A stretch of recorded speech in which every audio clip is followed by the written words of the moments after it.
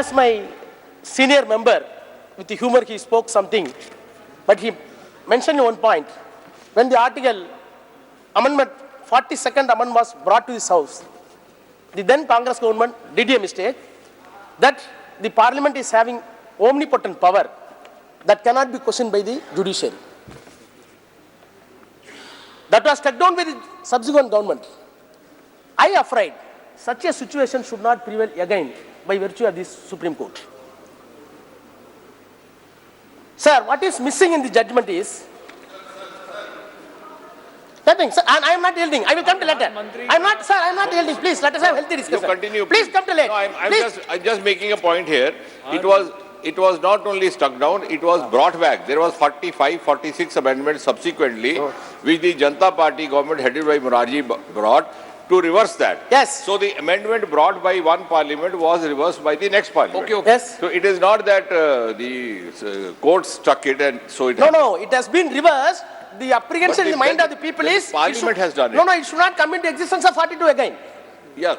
So the parliament. Hear me. Finally, give your answer. So no problem. Same way here also. Hear me. No problem. No. My only apprehension is it is correct. 42 that has been taken away by virtue of the Supreme Court judgment.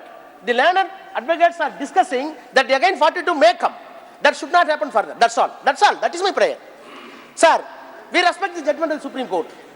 But what we are missing is historical obligations owned and promises made by the constitutional functionaries when the Article 370 was enacted in this parliament, and before that, although the conversation between the Kashmir and the government of India, such a promises and historical obligations were taken. Now they are hanging in the air.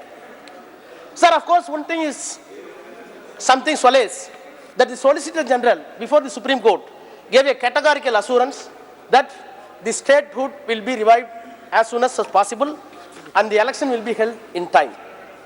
Sir, I am very happy along with the other members by virtue of the Supreme Court that the sovereign power of this government has been assimilated to the sovereign power of the Kashmir that has been assimilated to the sovereign power of India. Sovereign power, okay. But what about the federalism and democratic values? The questions still hanging in the air.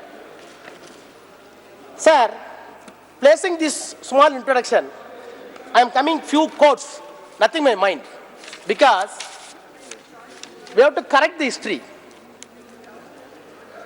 Today, all newspapers carries the article of Prime Minister, where Prime Minister says, I quote, I belong to the ideological framework where Jammu and Kashmir was not merely a political issue, but it was about addressing the aspiration of the society, unquote. I am not able to understand the observation made by the Prime Minister. Ideological framework where JKN was not merely a political issue, but it was about addressing the aspirations of which society? That is the question. The aspiration of the society must be addressed properly. This is the key words started from 1946 and 47, whether the consensus of the Jammu and Kashmir, political will of the people of the Jammu and Kashmir have been taken into consideration by us. That was not prevailing that time, admittedly. Sir, I am relying upon the Prime Minister's book, first Prime Minister of Kashmir. The title is Looking Back. The Prime Minister was Mahajan.